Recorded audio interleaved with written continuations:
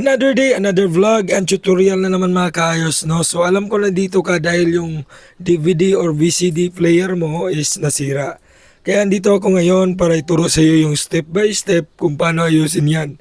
So magpo-focus nga pala tayo sa isang sitwasyon o isang sira ng DVD player. So ngayon mga kaayos, no? So yung ibabahagi ko sa inyo kung paano ayusin is yung nag-automatic open close yung mga DVD player nyo. O ayan, kitang-kita nyo naman mga kaayos, no? Kahit hindi ko ginagalaw, nag-automatic open close na yung DVD, no? So kaya ngayon, papakita ko sa inyo kung paano ayusin yan. So ayan, so i-unplug muna natin yung saksakan para iwas sa disgrasya. At ito na nga, tapos ko na nga binaklas tong DVD player, no? So ibaliktad nyo na lang yung disc reader o yung lalagyan ng tape. Tapos yung dalawang yan yung switch. Yung una, papakita ko sa inyo yun, no? So ito nga pala yung una. Ito yung switch sa tape.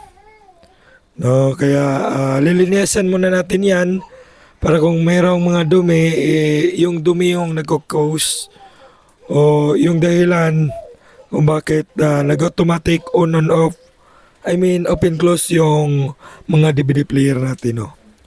So, ayan. Binabaklas na nga natin. Tapos pagkatapos niyan mga kaayos, ito yung isa naman.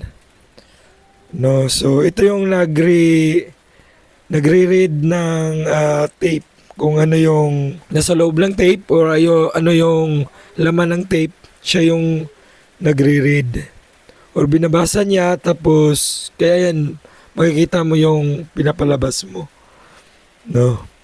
So ayan mga kaayos, tapos mo yan linisan, tapos mo baklasin, isauli mo, tapos itesting mo. So ayan mga kaayos, no, sinaksak ulit at ating i-on yung power button.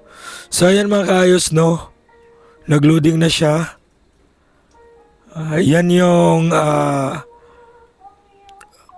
kitang-kita nyo naman naka no disk na mga idol, no. So it means nagre-read na siya kung anong laman ng tape nyo.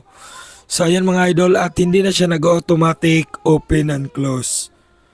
So ayan mga kaayos, no, legit na legit. So sundin nyo lang yung ginagawa ko. Ayan, naka no disk na. So thank you so much sa mga nanonood ng video ko. And please paki-support, paki-subscribe, like and share this video.